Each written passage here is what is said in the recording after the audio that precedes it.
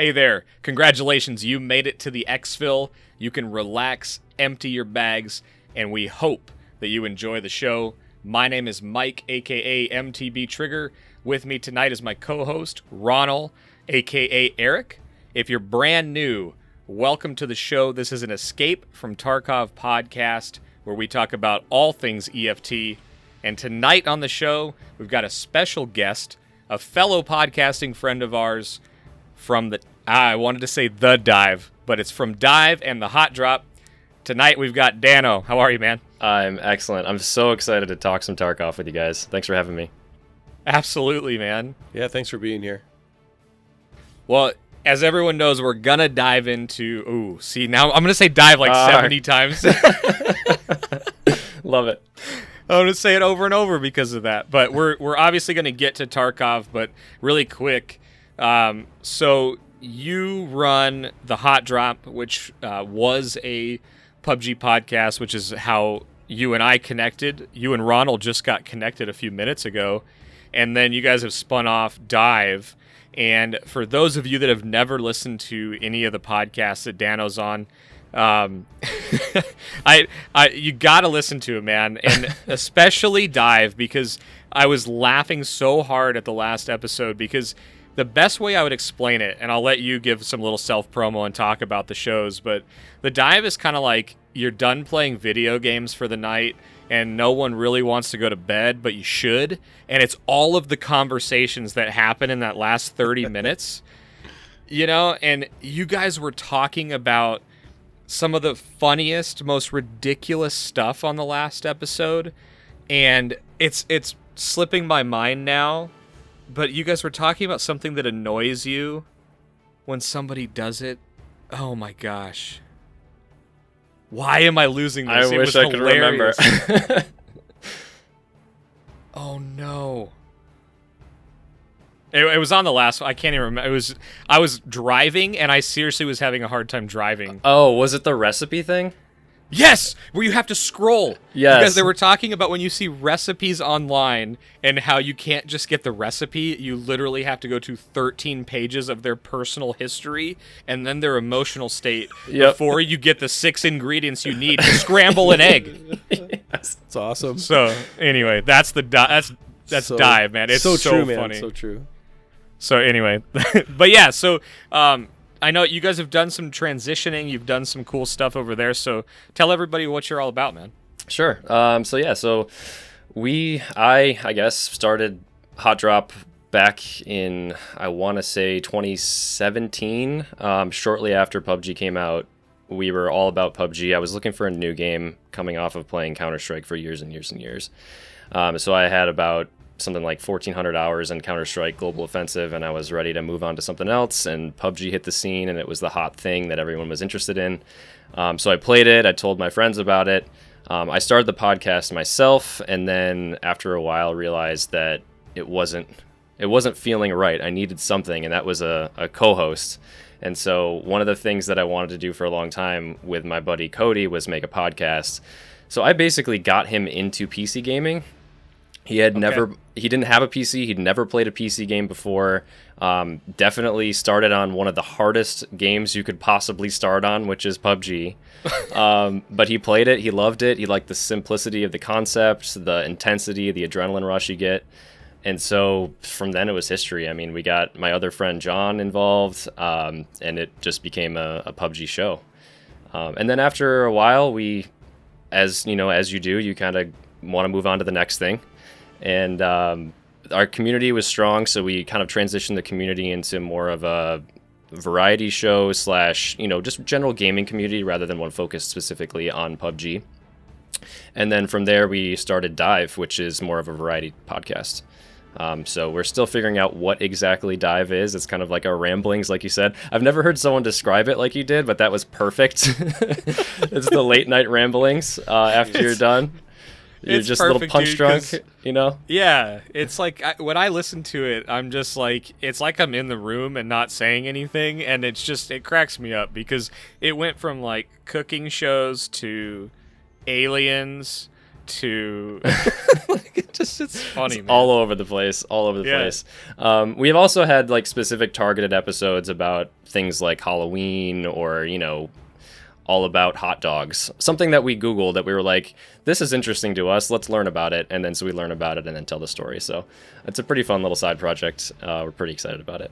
But. Yeah, every gamer right now is just nodding, right? They're this is it. This is the stuff. Oh, yeah. So you can find us on iTunes, everywhere else. You can find podcasts, Spotify. But I don't want to self-promote too hard. This is your guys' show. We'll have all the links. But no, this is good. That's why we want you on, man, to promote it as well. So it's awesome. I appreciate it. We'll have you can see his Twitter link for the main show on the screen if you're watching the YouTube. Otherwise, we'll have all the links to their shows in the show notes, so make sure to get in there and check those out. Awesome. Yeah, no, you mentioned Call of Duty, but we can't skip over the introduction here without going back to Half-Life. Oh, yes. Because and whenever I run into someone who's like, man, I played a bunch of Half-Life, and, whatever point, you want to admit to the years that you were playing that, I mean, I'll admit to being in there almost on day one, so that's... You can age me there, but you started talking about Half-Life, and we were kind of saying hi and getting to know each other a little bit, and so I got to ask you. So my two favorite maps for Half-Life for LAN party were Turkey Burger and Killbox. I wish I knew those. I wish so hard I knew those because I never played it multiplayer. I played it single player. Oh, you played and it I played single player. tons of Counter-Strike. Yeah, I started Counter-Strike in 1.5 and then played 1.6 and then CS:GO. Got it. Yeah. That's awesome. That's awesome. Well, every time I run into someone who's played the original Half-Life, it's got to be a shout out because the game is just awesome. So it's incredible. It's absolutely incredible. It blew my mind when I first played it. Like the weapons, even the box art says something like run, think, shoot, live. I was just like, this game is awesome because it actually has real AI. They react to what you're doing. They're not little sprites on the screen. It was the story. It was just paced so well. I can go on for hours about how great that game is. Yep. It's like the original W key. I love it. Absolutely love it. Can I ask you your opinion of Half-Life 2 in a sentence or two? Not Half-Life 1. Better graphics. Quit about halfway through, went back and played Half-Life 1 for like the 7,000th hour. Glorified tech demo. I will stand behind that. It's a showcase of their physics engine, Half-Life 2. Yeah, I'll say it's basically Half-Life Blue Shift, which was nothing. Yeah. Well, the funny part is, like, I spent so much time in all of the Half-Life mods. Yeah. But I can tell you that I never played more than probably 30 minutes of the original Half-Life. And Half-Life 2, I got stuck in the train yard after getting out of that stupid first area. And I am such a multiplayer junkie. Like, I have zero interest in single-player games. Like, I need the PvP element or the online element because I started Counter-Strike in 1.3 way before Steam. I played Team Fortress Classic. I played Ricochet, if you remember Ricochet. Oh, yeah. Day of Defeat. Game with the discs, right? Day of Defeat. Like, oh, my God. I played all of that. But, like, the actual game itself, like, I would seriously log in, play 2 minutes, and be like, I need to shoot at somebody real. Oh, you're missing out. Maybe now you can appreciate it. You have to go back. No. You have to go back. The original Half-Life story was one of the best games I think ever made. It kind of set the tone for a lot of FPS in general as a genre going forward. And so, anyways, all that being said, we're here to talk EFT. But every time I run into a friend who knows Half-Life, I just got to ask because it's just awesome. Love it. It's such a good game. Yeah. Well, and you talked about setting the stage for like the FPS genre, and just to give everybody an idea of what we're going to cover on today's show. So we're going to talk about, can Tarkov maintain its steam as a mainstream game? We want to talk about how we got into the game. And then for our discussion on how to get better at the game, we're going to talk about our favorite tips on Interchange. But before we jump into that, I really wanted to dig into this deal. I almost said dive, but I caught myself. Deal with that, Dan. But I want to talk about the event on Twitch, right? So we had this event where if you were viewing I don't want to say sponsored streamer, but maybe partnered streamer or partnered stream, whatever it was, you actually got drops on Twitch. And we alluded to this happening on the last episode of XP before this official launch of EXFIL. This version. This is actually the first EXFIL episode, Dan. I forgot to say that. Oh, you wow. are part of the inaugural. This is the first branded EXFIL episode. I feel special. That's incredible. Love Yes, it. But thank you for lending your credibility to our new project. Credibility. No problem. Right, but we talked about what was about to happen because it was literally about to launch or had just launched when we were recording. So it was like no one knew the items that were going to drop. No one knew exactly how it worked. But basically, right, if you were watching Twitch and watching someone streaming that had drops enabled, you could have amassed a ton of loot in game. So I just wanted to talk about that from a, the gamer perspective, what it means for, other games doing stuff like this. Like, what'd you guys think about this drop event that went on? So I watched quite a bit of it. I watched a lot of Pestily. I watched, doesn't get mentioned a lot, but I think he's really entertaining, Geeksay on Twitch. Big fan of his. I didn't connect my Twitch account until way late, so I only got a couple drops. Okay. I got a key tool, which was far and away what I was hoping to get because I needed one right now. But I would say what you were saying on the couple episodes ago about how it being a win-win-win-win. The best part about all of this is, obviously, besides the free publicity, but the amusing part to me is that all of these things are going to go away in a couple months when there's a wipe. So everyone was getting so excited about all these drops, and it's literally just going to go away. But it's brilliant. It's genius. Though. It's genius. It's so genius because no one loses. You're totally right. And I'm going to add a fifth win because I said win-win-win-win. But my PMC won big. Let me tell you. With the items case that he got. Oh, got wow. Some moonshine. He got a night vision helmet that I'm terrified to use. Gear is real. There's so much stuff. Oh my gosh, it's real.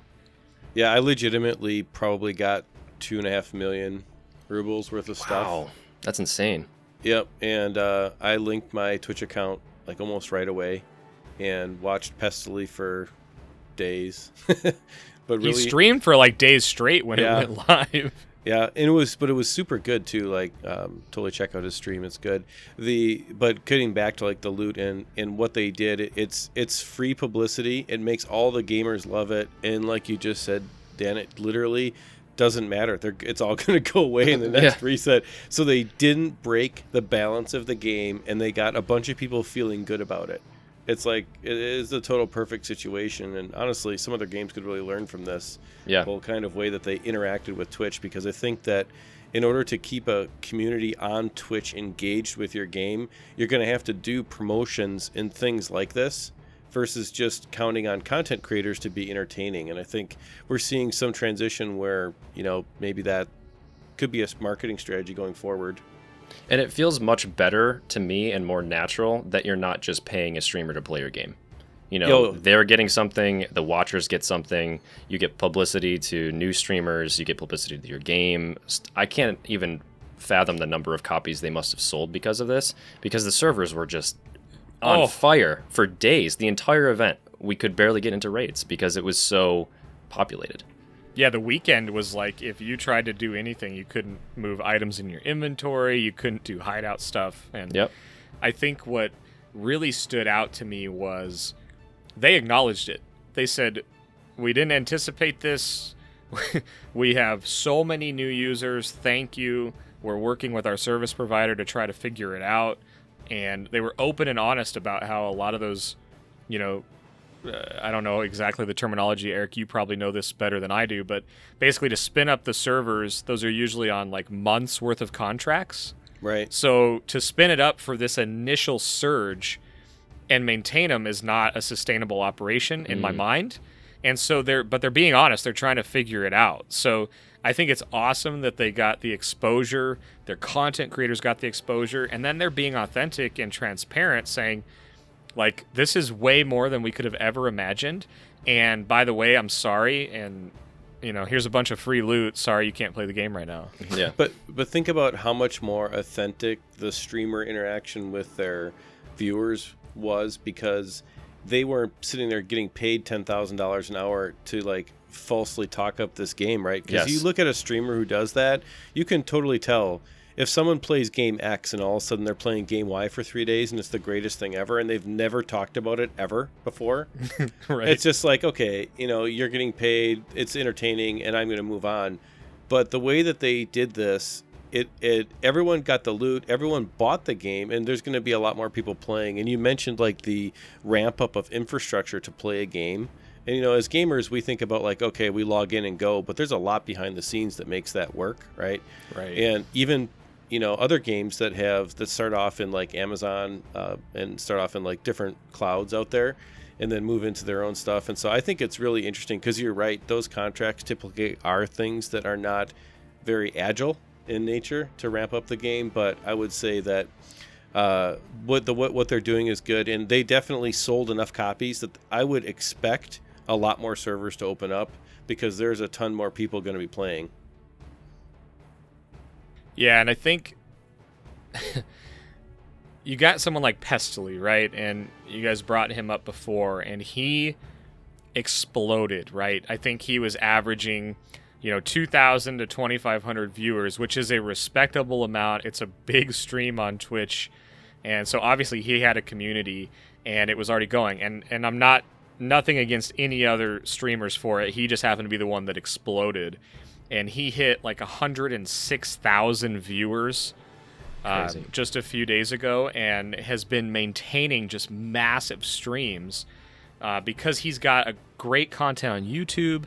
He's laid back, relaxed on stream. But the question becomes, they had an explosion. They had some problems. They set the community on fire in a good way. And they made existing players happy, they made newer players happy, and now they have a massive influx, very likely, of brand new players. So can this game that is extremely deep, it's said to be hardcore, it's loot Tetris, it's all of the things that those of us that have been playing it for a little while love about it, can it stay mainstream being as deep as it is?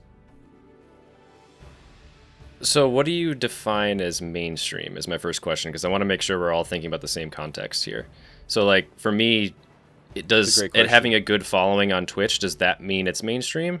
Or does it sell action figures on the shelves of Target and your kids want it for Christmas mainstream? Or am I thinking two extremes on both different sides? I think for me, mainstream, I wouldn't say it's the action figure side. Like, I mean, the only ones I see on Target shelves are Fortnite and Minecraft. Angry Birds a couple years ago, yeah.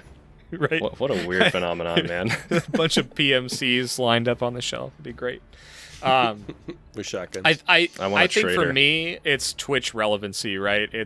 Does it have the steam to stay relevant from a content creation standpoint, as well as a player base? I think those are the two keys. Like, is the player base going to stabilize and be at high numbers? Which, again, it's not on Steam, so we don't know what the player base is. But is it, from a content creation standpoint, going to, remain a heavy hitter on Twitch and YouTube? Those are kind of the two main metrics I guess I would be looking at as far as mainstream. Mm-hmm. Yeah, I would guess that. I would say yes. There's always the Twitch metric. There's always the YouTube metric. Those kinds of things. I judge a game's kind of relevancy on a much smaller scale, honestly, because most people kind of do. You can go off like what the crowd is doing, but at the end of the day, it's like your group of friends, right? You play with your your gamer friends, and all of my gamer friends love this game. So it's kind of like the relevant scale. It depends. Like if you want to judge it by Twitter or Twitch or YouTube, I guess we'll see. But so far, I would say like the friend factor is pretty high for this one. Yeah, it has such a good experience when you're playing with a group. But surprisingly, I find myself playing a lot alone because I think it becomes its own sort of horror game in a way, where it's like I'm on my own. I can choose, like you were saying in a previous episode, I can choose exactly how much loot I want to bring in. I can choose the level of stress that I want as soon as I load in. And so, but that aside, playing with friends just makes this game just shine. It's just so much fun. You're discovering things together. You're working through areas together, clearing buildings together. People really enjoy that side of it. And that's also what made PUBG great. So that's what I was looking for in a game when I found Tarkov. And I agree with that completely. And there's another thing that's happened just in the last, I want to say 6 months that it really became active or used. But Discord added the streaming feature within Discord channels, right? And this game is so hard to pick up by yourself. You need friends. But even more than that, just the ability to easily share your screen and have someone like, oh no, move this loot over here, sell this, take that attachment off, use this bag for this, that crate for this. Just the ability to have like little mini 3 to 5 minute coaching sessions within Tarkov is amazing. And the reason I bring that up is because, and again, you'll hear us plug our Discord like 20 times, but we've got a brand new Discord launch. So like if you don't have people to play with, get connected. Find a Sherpa, aka someone willing to bring you through. And if you're brand new to the game, like find people to play with, not through the looking for group in game. They will shoot you. Don't do it. But get connected, man. We'll have the Discord links, and if we can't play with you, there will be someone that will. But this game is super fun to at least scav run with other people that know what they're doing or don't know what they're doing, because there's nothing to lose.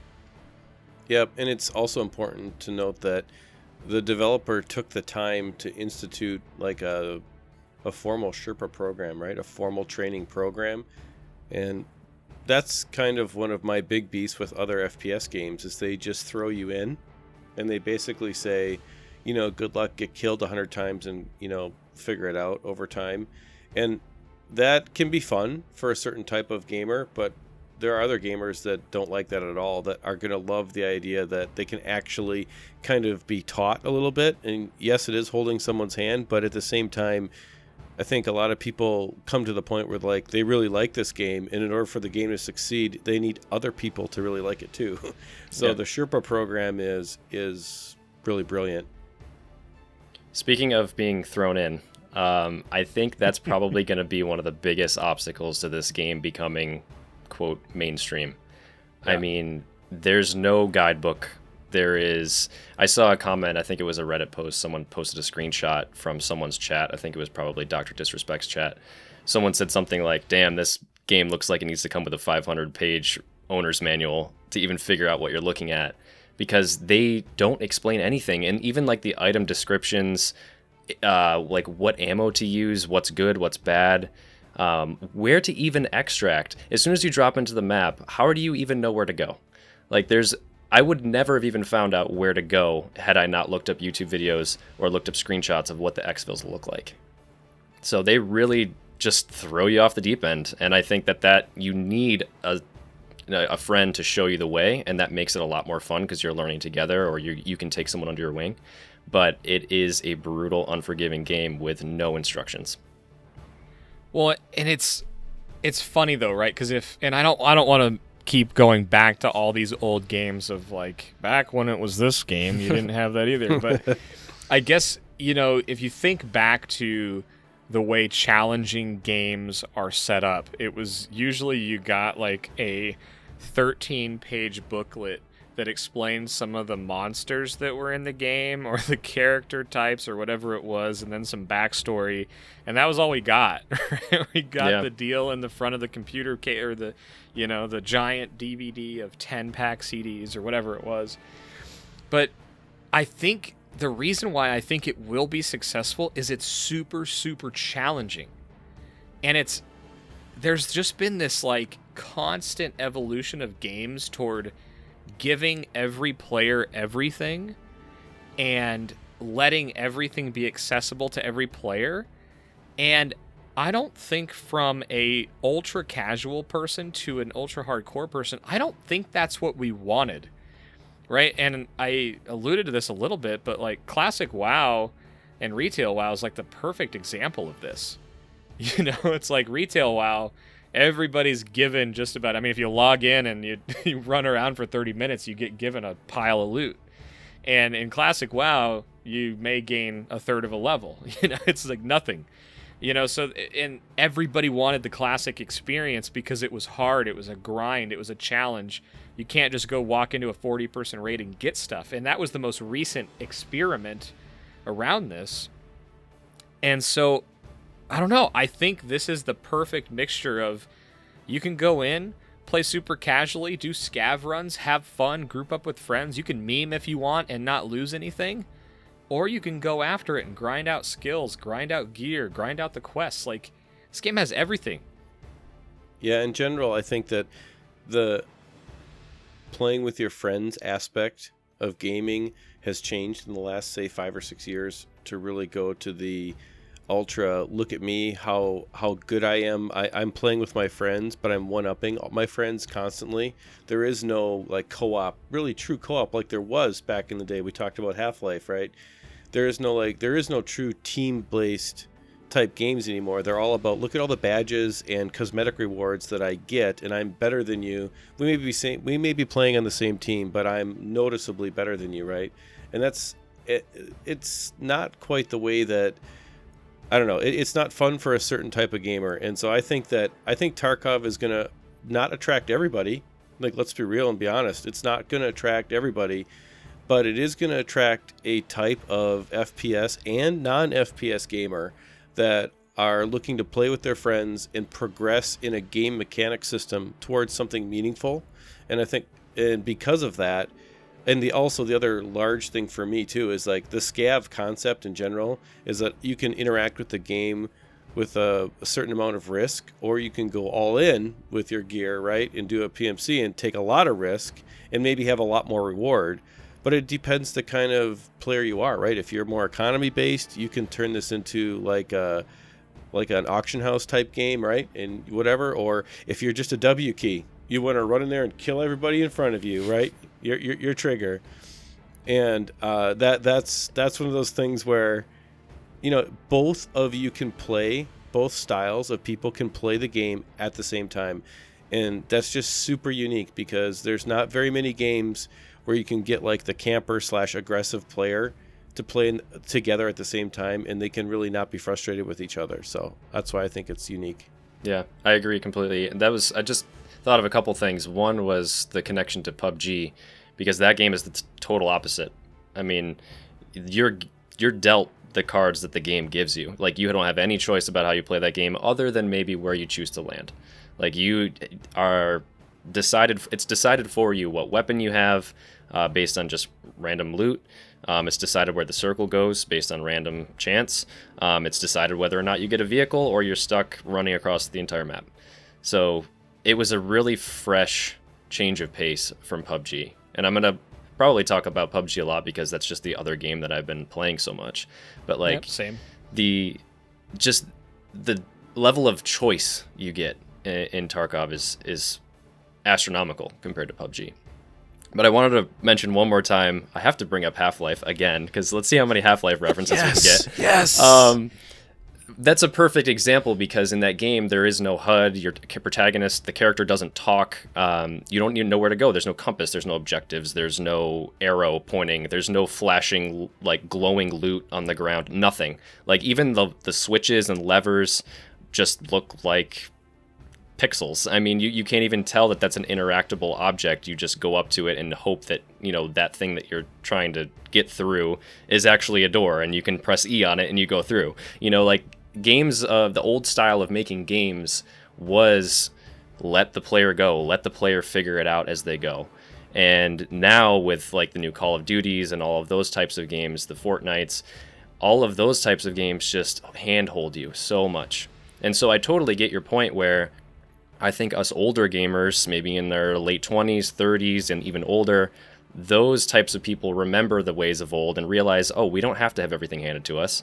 We remember playing even far back as Mario on the Nintendo and, like, dying over and over and over again because of how challenging those games were. And that's what made them fun. Like, it wasn't a battle pass to keep you, fake interested in a game because it's grindy and you want to unlock everything because your brain wants to do those completionist activities. No, this game is, you want to grind at it because you want to be the best and you want to have the best gear. And it's not necessarily just to keep you occupied. It's actually you're getting better at the game as you play rather than just unlocking things as you go. But yeah, that's pretty much it. I mean, it's just like the difficulty of this game is just through the roof, more than any other game I've ever played. And that's what I think is a threat to it being mainstream, but also is an attractiveness to it, an attractor. Yeah, it's super interesting. I think one very super important thought that you had there that I think we can't overlook is the age of the gamer. We have a generation of gamers that are different, right? So gaming has been mainstream now for like 25 years. We have groups of gamers that play games very differently and that are looking for different things out of their entertainment for gaming.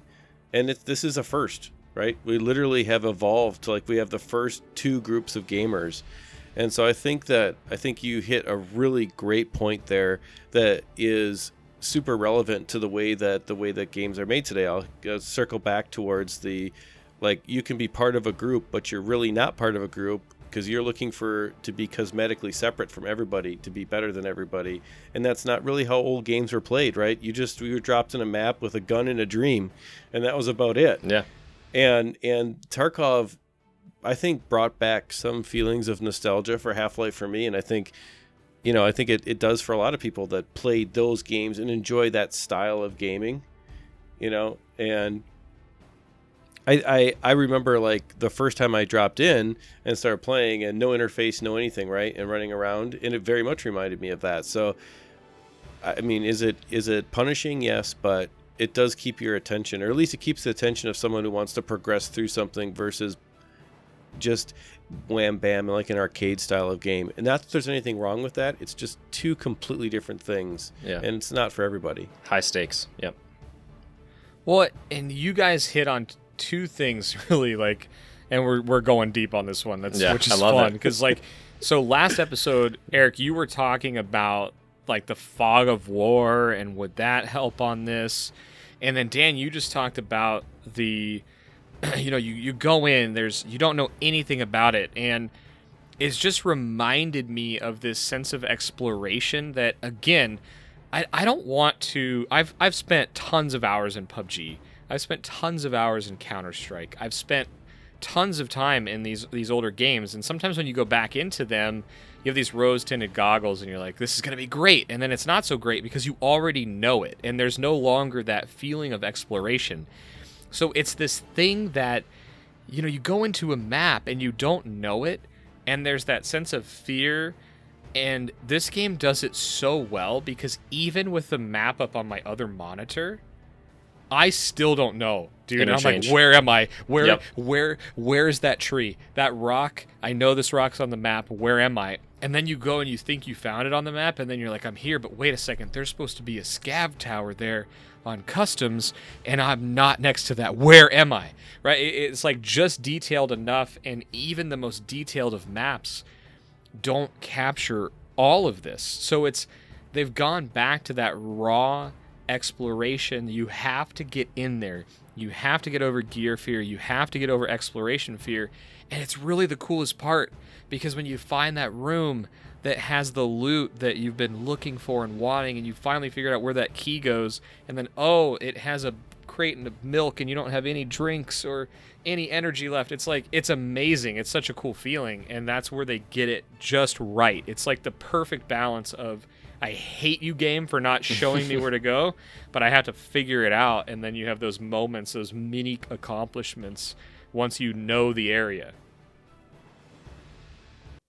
I have a really good example of what you just described. We're going to go into a battle story really quick. I was playing a solo run on Shoreline. I know Shoreline very well, except I didn't know where the extract was. It's north of Resort. I think it's Rock Passage or something like that. I can't remember the actual name. But if you exit the north side of Resort, you can either turn left or turn right. It's up there amongst the rocks. But so basically I got into a little spot of trouble, as you do in the resort, and I took heavy fire. I was, returning fire. I was crouched. I was heavily wounded, bleeding, blacked limbs, running out of hydration. Stomach was black, so I was in deep trouble. And so I knew that there was that extract nearby. So I'm thinking, okay, my bag is full. I had so much good loot. And I'm like, okay, I got to get out. I know which way to go, but I don't know if I should turn left or right. And as I'm leaving, of course, I'm at like 20 hydration and it's going down super fast. And I'm looking around. I'm trying to find a duffel bag. I find a duffel bag and oh my God, it's got a water in it. So I take the water. I'm a little bit more and I keep going. I'm like, oh, I just need a little more energy. And then I find another duffel bag so close to my exit. I take the food in. And then I go up and I turn the wrong way, and I'm going the wrong way toward the extract because I didn't know where it was, and I end up dying in a bush with my full bag and all of my gear because I just didn't know where to go. No. But the game, it let me go so far. If I had known where to go, I would have gotten out easily. It was just that the exploration, it was the game rewarding me almost. It was like Tarkov was giving, and I just didn't know what to do with what it was giving me. But it made me last all the way to the very end if I just looked at the map a little better. But it was one of those moments, and there's things like that, those kinds of deaths.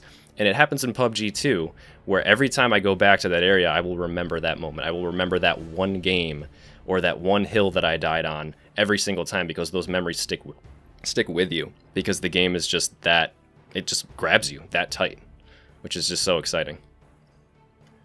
Yeah, I think it's interesting because the environment matters so much. Like we talked about in a previous episode about how sound is almost another factor and another weapon in this game. Mm-hmm. And the environment matters so much that, like you say, when you're exploring a map, Shoreline, for example, I remember the first time that the actual layout of the map really clicked and I started using the power lines as my kind of compass, right? And then all of a sudden you're like, oh, okay, I know exactly where to go. And it makes it so much easier. But once that clicks, it's just like, I figured this out, right? I figured out my way to do it. And you talk about, going up to the admin building or whatever. And when the Tarkov lords give you the admin basement as an exfil point, you're just like, okay, game on, baby. Yep. But the sound matters so much. Like in PUBG has got good sound as well, but it's different. It's so much louder in Tarkov. Like the first time I got shot in Tarkov, I almost jumped out of my chair because it was just so surprising, right? The suspense is so much more impactful. And so the environment matters so much. Like you talk about like hiding or dying in a bush, those kinds of things. Like you can go full W key like Trigger and just run in there and kill everybody and win. Or you can do what I like to do and I lay in a bush and snipe 9 people and then go loot them and win. So, I mean, there's different ways to play the game, right? But sound plays such a huge role in that, and I love how they have implemented sound in this game. Yeah, I was shocked at how loud the sounds were because I was used to playing PUBG and I heard a gunshot nearby and I was like, oh, he must be literally just over that ridge, and he was like 2 buildings away from me, like just across the map. But once you figure it out, you're like, oh, this makes sense. Like I get it. Like they do a good job. Still could work on the directional sound a little bit. But yes, it's much more realistic, I think. Well, and you guys keep coming back to PUBG, and it keeps reminding me of something you said, Danny, you brought up and kind of glossed over, was the idea of the battle pass. And I'm bringing us back. I'm bringing us back, okay, to the original thought of, mainstream staying power. Maybe that's a better way to say it. Not mainstream, but staying power. But what happened was, at least in my gaming history mind, right, which is horribly inaccurate and full of nostalgic comparisons, but, like Fortnite came out with these battle passes, right, and they were brilliant. You could buy them, or you could grind them out and get everything for free and set yourself up for the next battle pass. And then all these games had all of their different seasons, right? PUBG jumped on, Call of Duty jumped on, tons of other games already had stuff, this like seasonal things in Overwatch and Hearthstone and all these different things that are content, right? And that became the thing.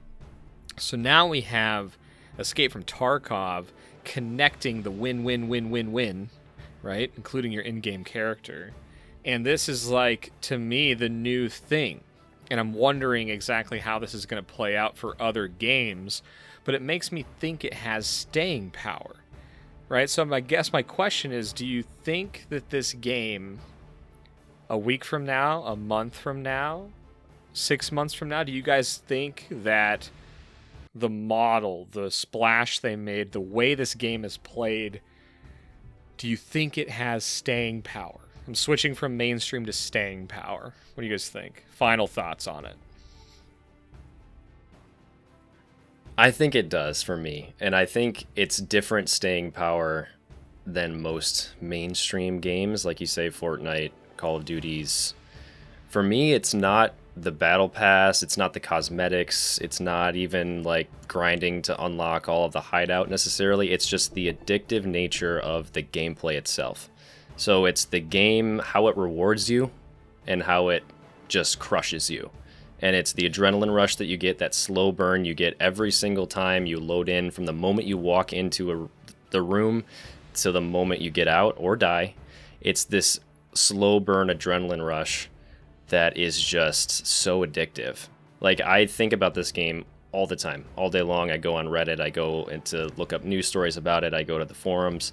Like, I'm just so addicted to the gameplay itself, not thinking about what I want to unlock and get next. It's just the rewarding aspect of how great you can be, and how not necessarily just like a great fighter and a great gunplay and a great builder of guns. It's the whole package. You've got the actual combat, but then you also have the game within the game. You can play the market, you can do the hideout stuff, you can upgrade your weapons. There's a lot to do, and that brings me back rather than trying to unlock all the things in my battle pass. I think I explained myself decently there. Yeah, and I'm gonna bring up a kind of a thought in the opposing camp, because I'm honestly in your camp as well. I think it has staying power for similar reasons, but I think back to me, right? I got the game in December, early December, so I've been in it for a little over a month, and I've been playing it a lot. Let's be honest, but I think to my mindset of watching it on Twitch, and yeah, they had a huge Twitch event, got a lot of people watching, but for people that didn't dive in or haven't watched it yet, it looks kind of slow when you don't know what's going on. Yeah. It looks unnecessarily complex when you don't know what's going on. And even when you begin, not everybody has Discord. Not everybody logs in and has a bunch of people to play with. So, I mean, there are some very real barriers. Do you think that the momentum and steam, to your point, like all of these things that we know because we're playing it and we're in it, and it's, I think it's got major staying power, but I'm just wondering how they're going to conquer those getting new players in again. Like, they did a great job right now, but will this work again? Probably not. Could it work a little bit in the future? Yeah, I think so. But I think those are big challenges, and it's challenges for any game, right? New player comes into PUBG right now, and all of those things that we listed off, the circles, the loot being pushed in a direction, you're gonna get slaughtered, right? The people playing that game, me, right, master level duo player, like I'm gonna shoot you. You're gonna die, for the most part, if you're a brand new player. And this game is not softer than that. It's, dude, if someone sees you, you're dead in one shot, usually. So, I don't know. There's challenges for sure, but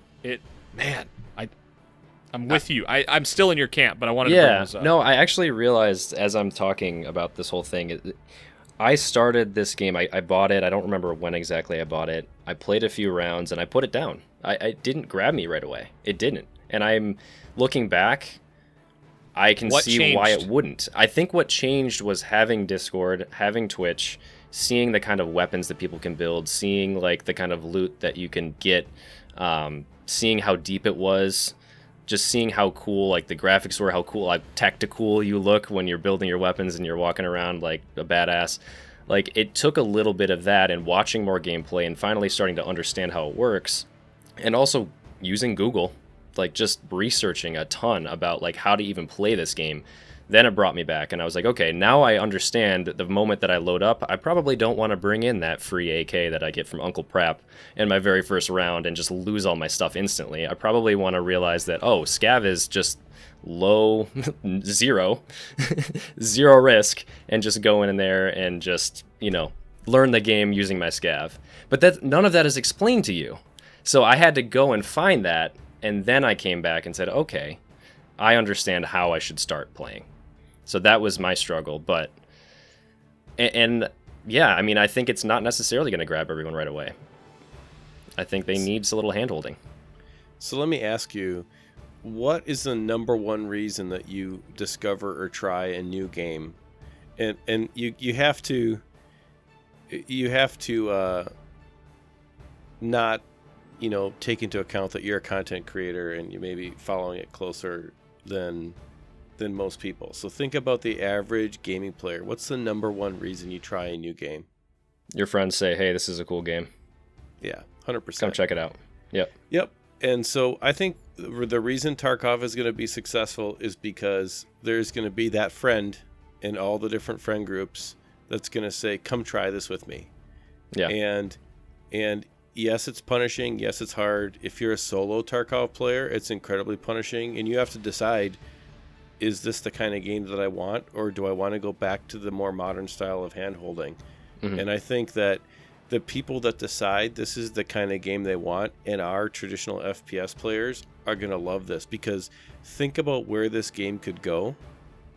There are so many things that they could add to this. There's support clashes, co-op missions. There's things they could add for seasons of different objective type things. They could add special maps that have special objectives. You could have community created content. This could go in so many directions that old games used to go. Think Half-Life, think Counter-Strike, right? Yeah. Think about what could be done. You could literally create a new generation of people or a new generation of gaming engine into the next, community-driven, mod community, I guess is what I'm trying to say to get out. There's so many different places this can go, and I think that we just got to be careful not to look at this type of game through like the Fortnite lens, or the PUBG lens, because it's just different, right? It's just not that. And I'm thinking about why I like this game, because I'm not a traditional FPS player. I mean, I was, but then I got away from it because I got really bored with FPS games, to be honest with you. None of them were really fun to me. So, and I got into RTS games and MMO games and kind of have come back to FPS now. And Tarkov is super fun. It triggers that old desire and old things that I liked about FPS games. So, yeah, I mean, real quick, I know, Mike, you're itching here to get your thoughts in. I wanted to say one thing really quick, was just that I tell a lot of people about this game, and then I say, it's probably not for you, though. I tell them how great it is, and then I say, you're probably not going to like it, though. And I think that's my obstacle still, because it's just this learning curve is a freaking cliff, and it's so hard to like handhold every single person and give them that good experience to want them to have them keep, coming back. That's the ultimate gamer challenge, though, cocaine dealer. What are you doing? It's probably not for you. It's probably not for you. You wouldn't like this. That's right. Oh my gosh. Well, but this is where I love this, because everybody has their own experience with gaming, right? Or you had a friend who didn't have, Cody hadn't ever played PC and he went into PUBG, right? Everybody tries to compare this game to something, and it's always the games they've played, and no one ever does a good job because there's nothing like it.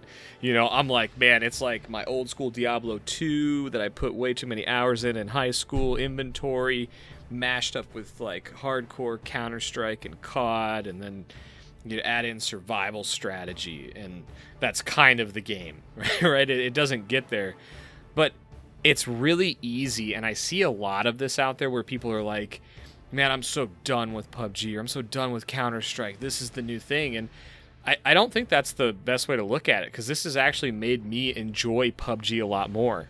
I've been playing PUBG differently because of it.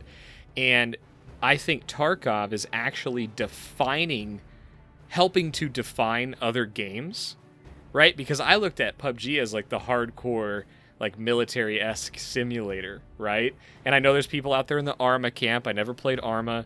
I know there's more hardcore things out there, but that's kind of the way PUBG was developing. But then this Escape from Tarkov grabbed a bunch of PUBG players, right, which is the main community I'm in through the Winter podcast. And it's oh, wait, PUBG's kind of arcadey compared to Tarkov. And so the glider comes in, and it's like everyone loves it in PUBG because they kind of embrace some of that arcadiness. Mm-hmm. And so Tarkov is actually, in my opinion, it's helping to define other genres and other games that were brand new, like Battle Royale was new. So that's where I think it just has the ability to carve out this new sort of genre, which I don't even know what to call it, like horror shooter, action RPG inventory system with, I don't even know where to go with it. Yeah, I think, though, that there's one very interesting detail that they put in this game that is going to make it successful. It's because, think about this, okay? In PUBG, so Mike, you were the one who got me into PUBG, right? And so the first day we're playing PUBG and we do a real, first person, we drop in there and you're taking me around. We're doing a duo, right? And we die because I don't know what I'm doing. You as a player lost something, your ADR, whatever. You suffer in the live game because you're helping your friend. And FPS players hate that. And that is what detracts from actually having someone help you get good at the game. And in Tarkov, that's not the case. You could be a max level player and go on a scav run with your new buddy who just installed and he's level 1, right? And you both could get something useful out of it. You don't have to be, you don't suffer for helping your friend get introduced to the game. It's a brilliant game design choice that they made. And I think it's so different that it's going to attract and keep the attention of the hardcore people because they love being the best, right? And then the casuals who just want to play with their friends who may be hardcore are going to be able to do that because their hardcore friends are not going to lose anything from helping their casual friends. So I just think that's a huge, huge choice they made that's going to give the game some staying power. I don't know that we're going to be able to get away from that point on any show as we're still relatively new to it, but I think that kind of leads into what I wanted to talk to next, which was we had some battle stories already. We've kind of talked about the games we did play and maybe a little bit about what grabbed us about Tarkov, but I kind of want to start with you, Dan, and say, what is it about this game that has a hold of you? Maybe not grabbed you initially, because we kind of talked a little bit about that, but why is it holding you? What is it about it? If you're trying to explain it to somebody in a handful of points, why? Why this game? It's tough because I think it's a combination of a lot of things, but I think the biggest thing is just the adrenaline rush, because that's what kept me into PUBG for so long. And I realized I stopped having as much fun in PUBG when I didn't have enough time to play it. I started not being as good, and everyone started to be very good. And so I wasn't even getting into those top 20, top 10, top 5 situations, so I wasn't getting that rush. And I think that's as primal a word you can use there, but as primitive as a word, as primitive as of a thing that is what kept me, because in my brain I'm like, I want more of that. I want more of that drug. Give me more of that. And in Tarkov, that's that slow burn, like I mentioned. It's you have that the entire round because you're constantly scared that you're going to get picked off by a scav sniper who, they randomly added that scav sniper at the top of that giant smokestack in customs. That was a nice surprise. Heads up. I just lost all my stuff to that guy. But you're walking around thinking at any moment you're going to get picked off. Every single time I hit someone and I go to loot them, I'm literally looting them thinking, please don't shoot me, please don't shoot me, please don't shoot me. And it's that kind of experience that has grabbed me and it will keep me coming back. And then that coupled with the hideout stuff, that was a genius update. I know they've worked on it for a very long time, and when they put that in, that was a game changer, because suddenly all of those items that were just garbage had a purpose. Now they have a purpose, and now you want to go find those T plugs and those regular spark plugs and all the filters and whatever else, light bulbs, everything that you threw away or sold to therapists now has an actual reason.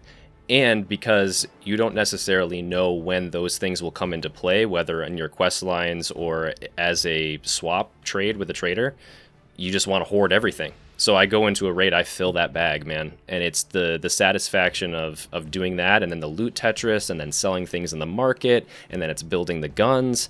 It's everything. But I think when you boil it down to, what I boil it down to is just the adrenaline rush for me. I think that's, the combat in this game is just so good. It's just so good.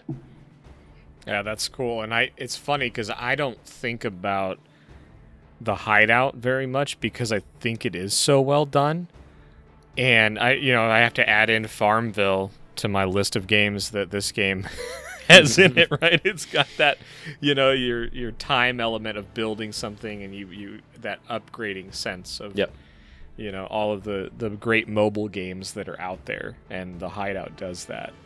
So what about you, Ronald? And that's a really good point. I love that point. And but I'm curious, like, Ronald, so like, we've talked a lot about this game, and I know that friend piece is critical, and I think you're right. The idea of social media is that it's friends telling friends about what's going on in their life or what they're doing. And in gaming social media, it's, hey, dude, you got to try this game. And then in the case of Tarkov, you have to tell someone 37 times, hey, you've got to try this game. I know it looks slow on Twitch. I know that it looks really hard. But for the 38th time, I'm going to tell you, you need to go pay $165 for this max edition because you're going to want the stash. And then you got to know what all these things are. Word vomit comes out. And here we go. We're Tarkoving, baby. I know you just lost all your guns and Uncle Prap just gave you a free AK. Stop saying Uncle Prap. I can't not smile, dude. I've never heard that. So good. Oh, my gosh. I'll answer because, of course, thoughts. But I'll say one thing. I have the biggest mod they could make to Tarkov. Are you ready for this? This is it right here. A mobile app to manage your hideout upgrades. Yes. And to tell you what stuff is worth in raid. So should I grab the spark plug or should I grab the T plug? Like, which one's worth more? I would love to look that up on the fly. If they had the handbook in a mobile app that also managed your hideout, I see it exploding in ways. You create a whole different way to play the game. So I mean, this is my whole point about how this game can be played in so many different ways. Because I got to level 5 and unlocked the flea market, and made 5 million rubles before I hit level 6, because I enjoyed playing the auction house. And so I just scavved and whatever. So anyways, there's different ways to stay engaged in the game. But I will say, so for a meaningful progression for leveling, so you're in a PMC raid, so you're in there, right? So Shoreline's a great example. We were talking about that before. I love Shoreline. I've started to really get to know it well. And so here's the thing. Like, you drop in there and you learn the map, and every time you drop in, it's a different game with the equal amount of adrenaline rush. And it doesn't matter like how many times I play it. Most of the time now I drop in, I don't even need to look at the map because I know where I am. Mm-hmm. But it's still an equal adrenaline rush because I know that, I'm looking for that scav or that player that's doing the same thing that I'm doing, right? And because danger lurks around every corner and it's such a dynamic feel to it, even in games like PUBG, there's still danger around the corner, but it's not as much of a threat because you can heal yourself better. The circle's pushing all the players in a general direction. In PUBG, you're going to rotate in a certain way, kind of with the crowd, right? Ish. In Tarkov, you have none of that. You have a timer to get to one of 2 points, really. And whatever happens along the way can be different every single game you play. And or it could be the same. You could follow the same path every time you play. And so I think that because of that, the game has such staying power that it doesn't get boring, even if you play the same map over and over and over again. That combined with my personal play style of the way I like to play, it just works. Interchange is another great example. It's kind of hot right now because people are always dropping in there and heading towards the middle and game on, right? So if it depends. If you want to run in PvP, you can do that. But if you don't want to run in PvP, there's also ways that you can play Interchange and not worry about that. Just go loot, And there's different ways to do that. And what I think is great too is Tarkov, the mechanics of Tarkov allow people to play the game in different ways. Like, I'll go back to sound real quick. I've used sound to bait aggressive players. So I've shot down corridors on purpose because I know that there's PMCs around a corner or in a different room, and I've baited them into a trap and killed them. And so the strategy of how you play could be so dynamic, right? And so I think in general, there's so many different ways to play that the game just is going to take a long time to get boring. And by the time that it maybe gets repetitive, they're going to have added a lot more stuff to it. Yeah. It's really interesting that we're talking about the game as it is now because they have so much planned. And it sucks that they don't have a publicized roadmap of what it is. But if you go onto Reddit or the forums, it's literally Nikita responding to everything saying, yep, that's planned. Yep, that's planned. Yep, that's planned. We thought about that. It's coming. Back to mechanics really quick. The one other thing that grabbed me, this is kind of an interesting thought, but just the little things. It's the little things. It's the animations. It's how the guns work. It's all the stuff you can do with your character. I just found out that if you have no weapon in your hand, you can press inspect and it'll like look at your hands. Like it's little things like that. That's like, why would they even put that in the game? It's because they really care about the product that they're putting out. All the things like you can eject the round from the chamber, you can check chamber, you can check the mag, how the movement works. It's just the animations and how the healing works. There's just so much to this game. It's so complex, and I nerd out so hard about the weapon stuff. Just the animations of just checking your mag to see how much ammo you have. I remember the first time that I geeked out so hard was when I was playing a Shoreline. I had an SVD, and I knew I'd fired a lot of shots, and I probably only had a few left. So I checked mag, and I can see into the mag, and I had one bullet. I was like, okay, I got one bullet here, I got one bullet in the gun, I got 2 shots left, and sure enough, 2 shots. It was so cool. It was so cool that was how it really worked. And I couldn't believe that they modeled the bullets down to every single individual bullet within the magazine. I was like, come on, this is just so cool. Unreal, yeah. So, Mike, what grabs you about this game? We're chatting offline here, and I just told Eric I'm going to fight him because I know he's going to take the point. We both thought about it at the same time. You were going to, weren't you? Go ahead. We both wanted to talk at the same time. You're talking about these mechanics, and one of the things that I love, and it cracks me up every time. And this is funny. When you kill a scab that has the flashlight on, and the person goes and loots and picks up like the shotgun with the flashlight, and then just have a beacon like going up in the air, dude. It's so funny. I love it. And it's always a new player, dude. Yep. Like you're showing someone like how to run through Interchange, and they kill a scab, and then they're just like, "Hey, did you get the? Oh, yep, you got the shotgun. You got the beam shooting up to the ceiling." Oh, it's so true. Yeah, it's so true. It's so funny. It's just a come kill me now beacon is what it is. Yeah, it is. Yep.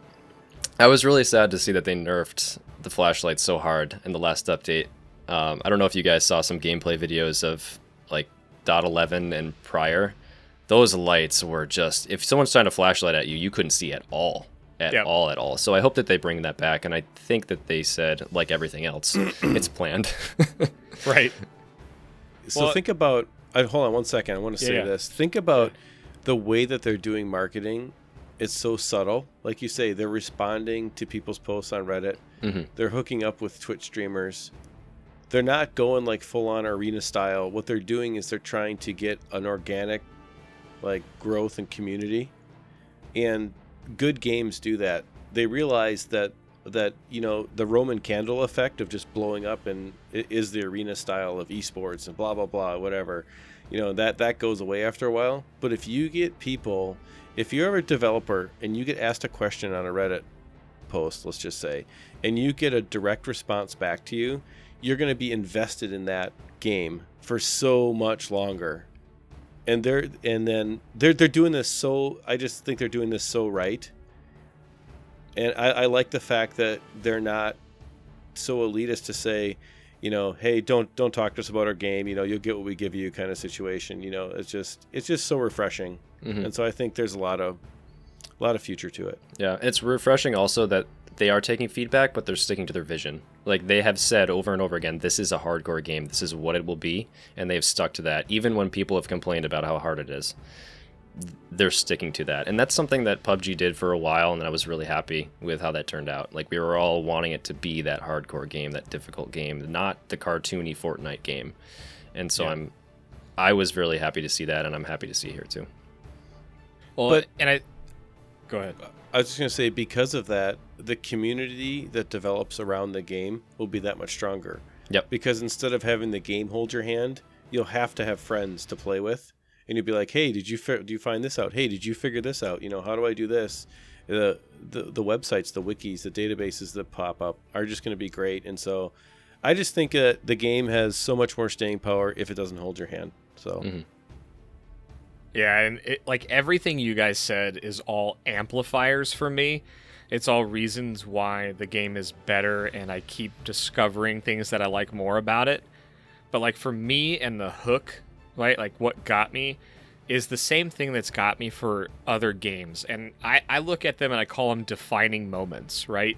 I can look back at most games and identify a handful or 10 things that happened that really hooked me.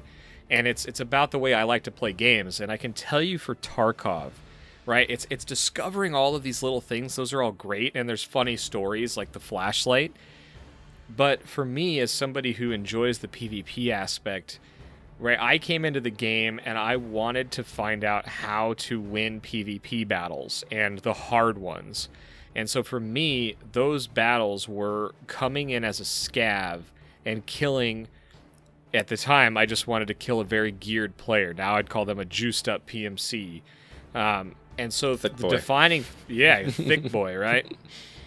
And for me, it was the moment that hooked me was I was a low level scav. I got a hunter or a Mosin or something that was a great scav weapon, and it was taking down my first like high leveled player and looting all of that stuff.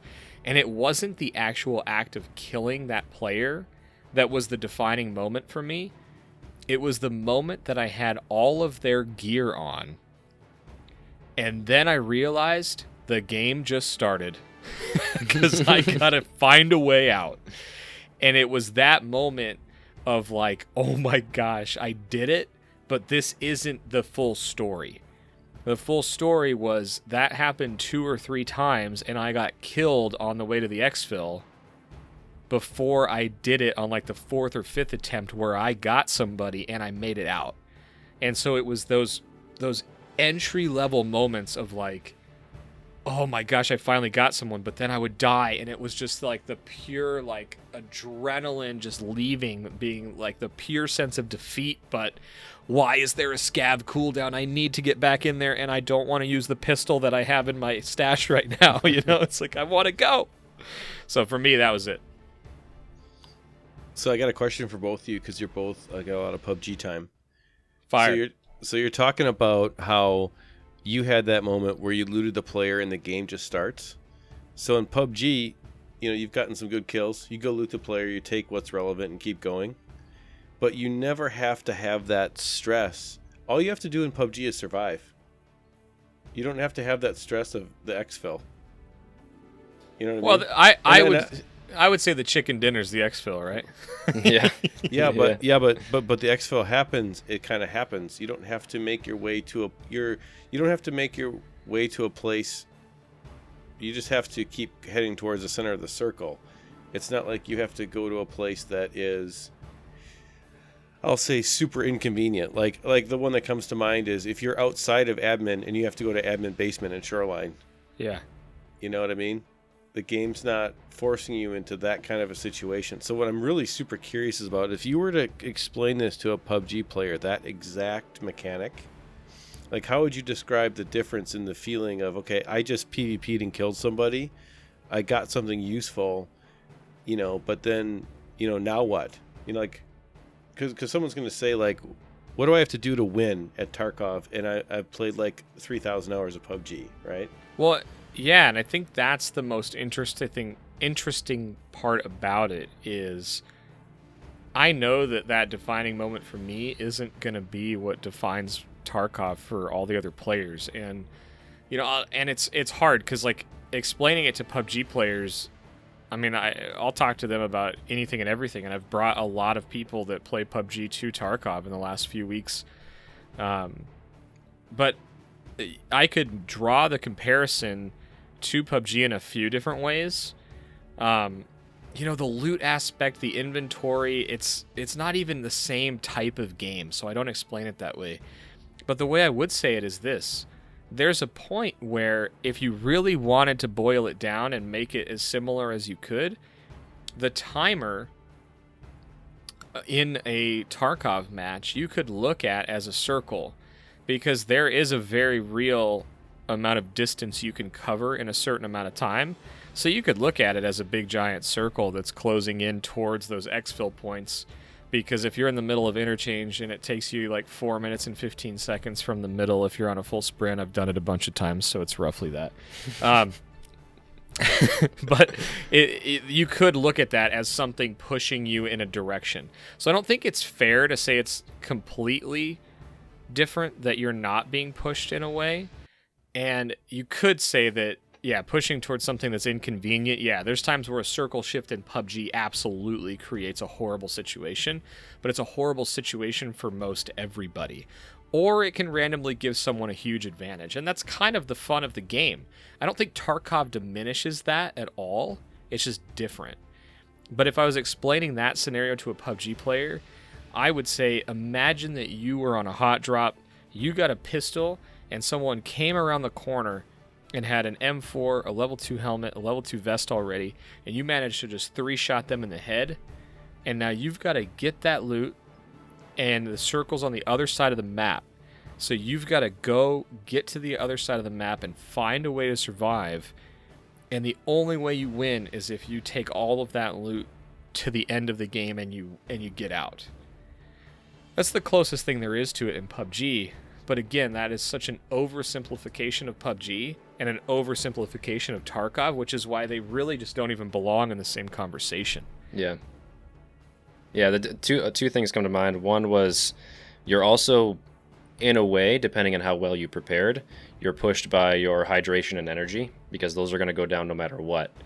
And you're also pushed along by your desire to get your loot out, because the loot in EFT is just so much more valuable than PUBG, because PUBG, like, you know, your loot is like medkits, first aids, extra ammo. Like, you can't take that with you. So, and then there's also these situations where you get into that fight, you might win that fight, but suddenly you have 2 blacked legs and no painkillers, and your extract is all the way across the map. So you have to figure out, is it worth it even going on? Right? Yeah. Is it worth pressing on? Because you might decide, you know what, I'm just gonna toss this one in the bin and say, you know what, I'm out of this. Because is it worth your time, 20 minutes of your time, to limp all the way across the map only to potentially find someone waiting for you as an extract camper? So it doesn't quite answer your question, but I think there are some things that will push you in the similar sense of a PUBG circle to your extract. Ooh, the extract camper. What do you think about that? Let's talk about that quick. God. Okay, so I'm guilty, I have to admit. Only on factory, and only when I'm a scav, because, like, you don't get a lot of high juiced boys on factory. You get maybe one, and by the time you get in there, they're usually gone. But I love laying down at gate 3 with my shotgun. You're the worst. I'm the worst. I am the worst. Yep. But not all the time. Sometimes I just want to get out. I much prefer, like, a fair fight, for sure. But I am guilty occasionally of laying down at gate 3. I've dropped so many people at Ruined Road on Shoreline. It's just a beautiful thing, let me tell you. I won't do it on the big maps. That's just a dirty move. It's a dirty move all the time, but it's not, though. Like, that's the thing. Funny. Yeah, everyone hates it, but it's not. It's really not. It's a legitimate way to play. It's frustrating, and you kind of expect it. And if you let yourself lull into the thought that no one's going to be heading towards that same exfil, or no one's going to be camping it, like, that's just not a good mindset in Tarkov. And the whole idea of, man, people shouldn't do that. If somebody wants to do that, it's their game, man. They can play it how they want. And furthermore, if they're a scav, you're never going to know who did it to you. Yeah, that's the only time I do it. Can't let them know. Yep. Yeah, no, it's I hate them, of course, but I've Yeah. got it. Sometimes when you get it done to you so many times, you're like, you know what? I'm gonna do it right back. Well, in this game though, you have no idea how long they were there. Yeah. Right. If Yeah. somebody just snipes you at the expo, you probably have no idea where they were, for one, and they could have been running up at the same time, so you just don't know. And so it's no one likes it. No. Right. But I think I'm not a everyone perfect does person. it a time or two. Like, oh gosh, I got like 17 slots left in this Burkett. Maybe I should stand here for a second. Gotta before-" fill the bag. Gotta fill the bag. But on the same time, I like in factory. I like finding that last guy at the extract at the gate. I like being a scav filled up and being like, oh, is he there? Like, is he around the corner? And like, it's another Right. free kill. Like, I like that last little bit of challenge at the end. So it's always exciting when you have a very good idea of where someone might be, because that's a feeling that doesn't happen a lot in EFT. For me, it's like everyone is everywhere all the time. Like customs, oh my god, that map is so hard. Customs is one of the hardest maps I've ever played in my entire life, just because of the choke points. They're just brutal. But having an idea of where someone might be makes me feel like, oh, I got a one up on them because I can plan for that. This is me Yeah. trying to argue away that that I'm an exit camper. No, you're done. I mean, that's going to be the title of the episode. Yep, Is Dan Dano is an an exit exit camper. Yeah. And then, yep, Uncle tweeting Brad. that out for you, Uncle Brad. Well, and so we kind of like, you know, there's strategy behind like when it's sort of okay to camp an extract. Like maybe that's okay. Like we'll give you that it's sort of okay, Dan. But Okay, thanks. I appreciate that. you're wrong. I know. I know. But like we keep like alluding to Interchange because we had talked about going through some tips on it, and right, they added in another really cool thing they did. Battle State, they added, if you get the scav boss on Interchange named Killa, if you get him 100 times, you get a really cool Adidas tracksuit. Or what? Oh, excuse me. What's the? It's not Adidas. What's the in-game one? It's like a Biba or something like Yeah, that. Biba. Yeah. Right, sorry, not Adidas. It would never be Adidas. No. No. And how dare you think it was a comparison to that brand? Tarcola. Excuse me. So Idea. Yeah. right, but if you kill him 100 times, though, you get the tracksuit, and so a lot of people are running Interchange, and we've all talked about this. We've alluded to this fact. We all play the game very differently. So I just wanted to go through like what's everybody's approach to learning Interchange. What are your tips on Interchange? Like, what do you think about Killa hunting right now? And let's go backwards order this time. So like Ronald, when you're on Interchange, like what kind of tips do you have for new players? What are you doing on Interchange? What do you think about the Killa situation? Do you care? Like, break it down, Interchange style. So I love the Killa situation. I mean, when I first started playing, I was kind of intimidated to dive into it, but now I don't care. I dive right in. And so I love the Killa situation, but my one tip on Interchange is everybody goes right for Killa, and but forgets to go down in the parking garage. There's several spawns of gun cases, and I've pulled some seriously good stuff out of the parking garage, and there's nobody ever down there. There may be one or two other PMCs at the most. You know what I mean? And they're so surprised that usually I get the jump on them because they're not expecting to see anybody down there either. It's just make sure that you're super quiet when you walk over the glass, when you kind of walk up in the middle of the mall, and you're good to go.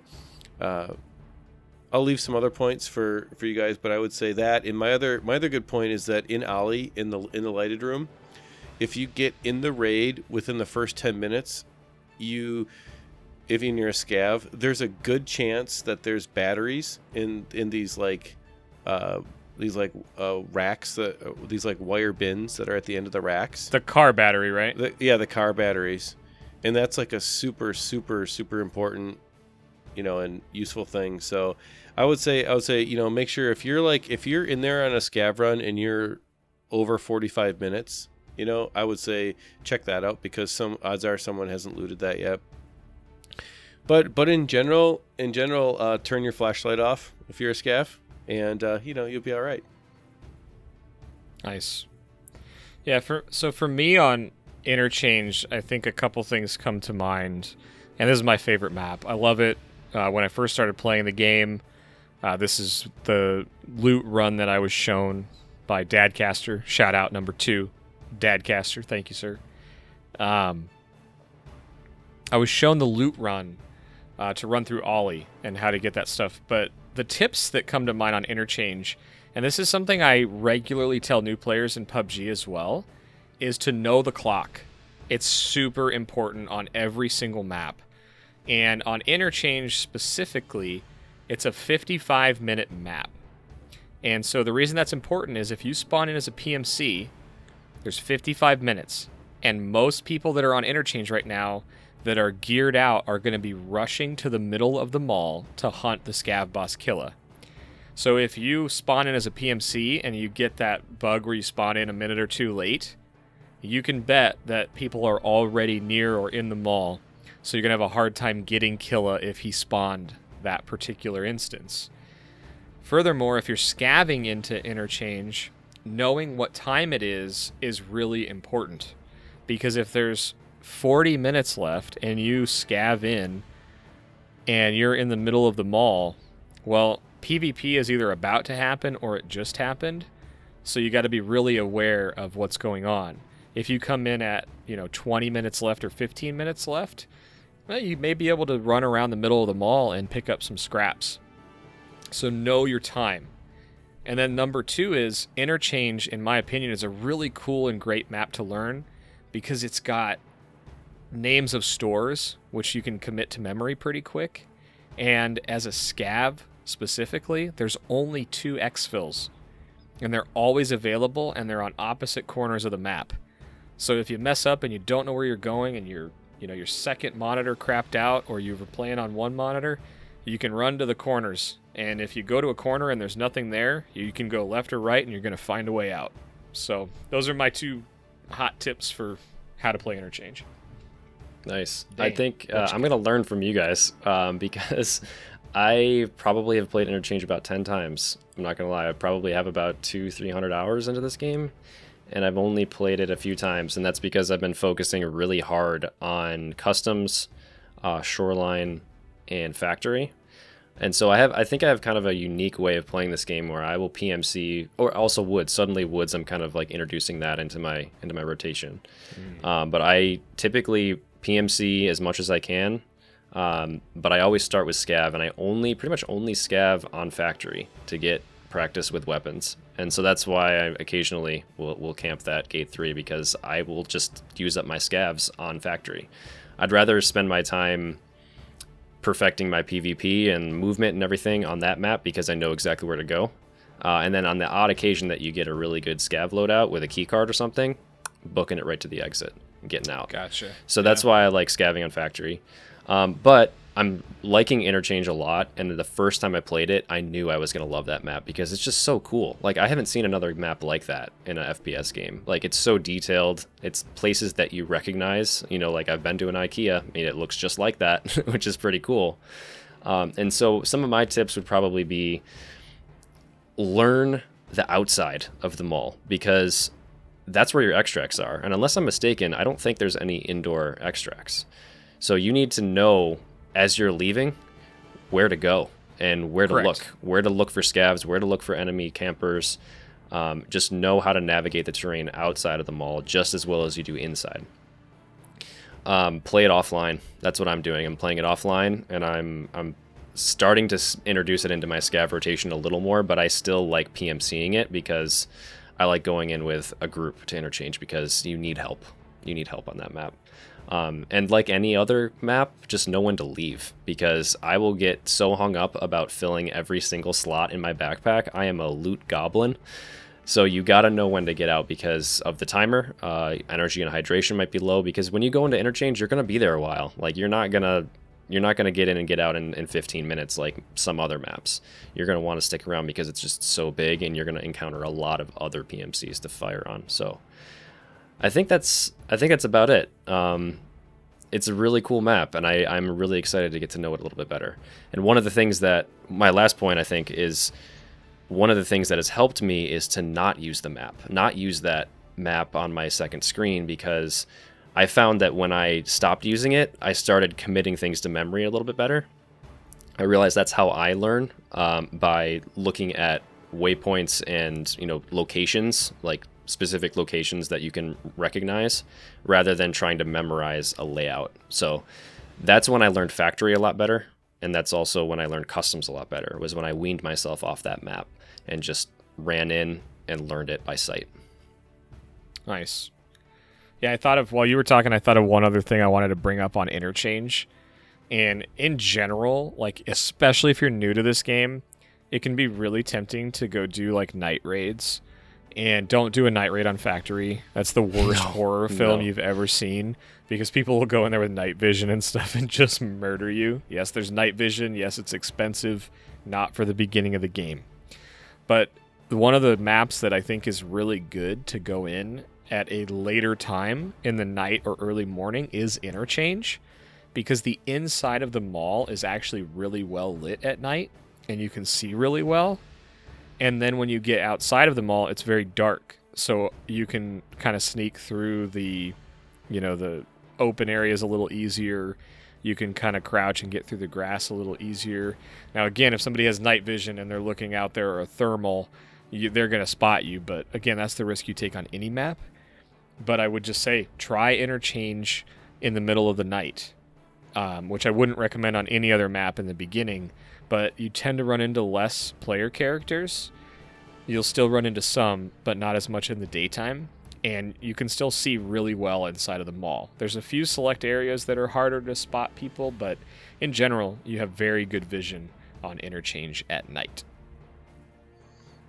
Yep, and I would say my last two points on Interchange would be to watch for EXFIL campers like me. So the best place to hide for EXFIL camping is there's 2 tents by I think it used to be called the train exit, but now it's actually called something else. The name just got changed. But when you go at Ollie, it's the back of Ollie. There's 2 tents, and to make sure that you use the train as best as you can. There's 2 ditches that you can walk in and avoid running through the 2 bushes there, because if there's someone sitting there waiting to kill you, they're going to hear you and you're dead. Yeah. So you want to be sure to just to run, and then you can run and jump and prone right next to that truck for that EXFIL, and then you'll be out right away. Or you just be super super cognizant of that. And the other thing I was going to say is that with Interchange, there are ways to sneak up on the PvP that's happening. Yep. So it's like to go back to the point about how some people are the W key and some people are the sneaky key. And Trigger is the W key, and I'm the sneaky key, and that's why it's fun when we play together. So I sneak up on the PvP I mostly come up the steps of Ollie, right outside of Ollie from the parking garage, and I've snuck up and killed like 5 PMCs because they don't expect people to come up those back steps. And if you go in there as a PMC and you're kitted out with something good, it's like free loot. And they're all fighting each other, and they don't know what's happening. And usually the only thing you have to watch out for in that scenario is there could be someone on the second floor. And so as you're walking towards the front of Ollie back towards the middle of the mall, you could get nailed by someone on the second floor. Oh yeah. Which was going to make you want to throw your mouse through the wall, but that's okay. That's the game. That's the game. But anyways, that's just my point, is that use the map. Kind of like Dan, like you were saying, use the map to your full advantage. Don't just take the way that's popular. There's many different routes to get the jump on people. You can be a single player and get the jump on groups of people because they're doing something that they expect everyone else to do. And so whether it's using sound to draw out aggressive players, or sneaking around from a different angle and using a sniper rifle to kill 4 people before they know what hit them, there's so many different things that you can do. So on Interchange, right now, yes, it's hot. Yes, people run to the middle. They're looking for killer, but you can use that to your advantage. Get in there, go from a different angle, and ruin their day and get some good stuff. So that's my tip. Yeah, it's a great tip, because playing Interchange a little slower, like, there are so many nooks and crannies and little stores that no one ever checks. Right, there's all those food places upstairs that just have cash registers that no one really ever loots those.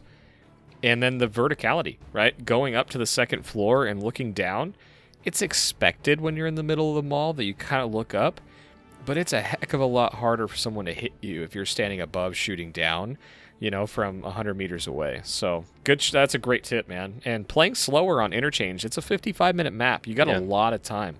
Yeah, so bring your water, bring your food. You're going to want to hang out for a while.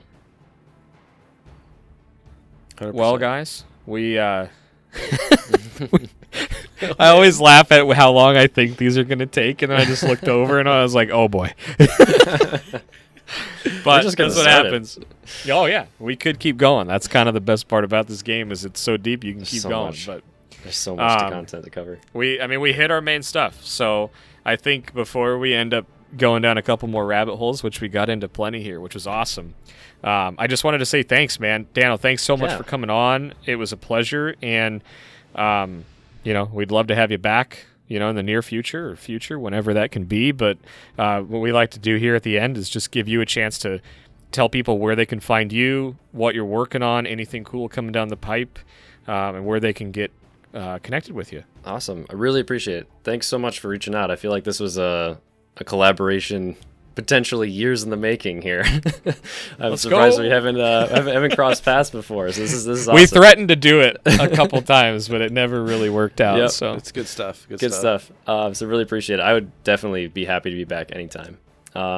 So on my side, we have a couple podcasts, like we mentioned at the beginning. We have the Hot Drop still running. Actually, we still do the Hot Drop podcast.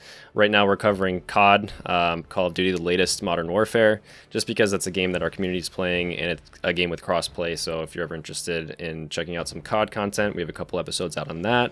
We obviously always have our old episodes of PUBG, something like 90 episodes that you can check out as well. And then we have another podcast called Dive, which is where we do that just random topics, just me and my friend Cody, lifelong friend of mine, just shooting the shit. So it's a really good time. And I'm looking forward to playing with you guys. Thanks for having me on. Absolutely, man. Yeah, thank you so much for coming and chatting with us today. Really appreciate it. Always appreciate another Half-Life fan. It's awesome. It's awesome. I had to fit it in one more time. It's great. I love it. So good. Well, and I want to give one final plug too, and I'm actually going to plug another Discord as well. But as for this, make sure you check the show notes. Like if you're trying to get connected and find some people to play with, some like-minded individuals, maybe new players, maybe intermediate players, maybe you want an expert to show you the game. We do have a Discord for that. It's set up for people to connect to game, to talk about the game. Come on down to the EXFIL Podcast Discord. The link will be in the show notes. It'll be posted everywhere. But I also wanted to direct you to the Discord that Dano has set up. And it's actually one of the coolest Discords that I've seen. It's for the Hot Drop. Oh, thanks, man. And it's one of the most active, multi-topic Discords out there. So there's all kinds of stuff going on. So we'll get the link from you for that. But if you're looking for a place to hang out with just some people that are playing different games, if you're into COD, if you're into PUBG, if you're into Tarkov, they have some sections for that. And then they have a food section that I don't dare click on because the food that the people in that Discord eat just blows my food out of the water. So I can't go there. But make sure you check that out. But that's it, guys. Thanks for watching. Thank you so much for listening. Remember, you can find the audio-only version on iTunes, Spotify, Stitcher, and then we are also under the EXFIL Podcast. That's EXFIL Podcast. Basically, everywhere you can get a podcast, and our YouTube page, as this is an XP Media podcast, it's on youtube.com/XP Media Now, where you can also find content for other games. But as for us today, that's it. We'll see you guys later. Thanks so much. Yeah, thanks, everybody. Good luck. Scav often. We'll see you soon.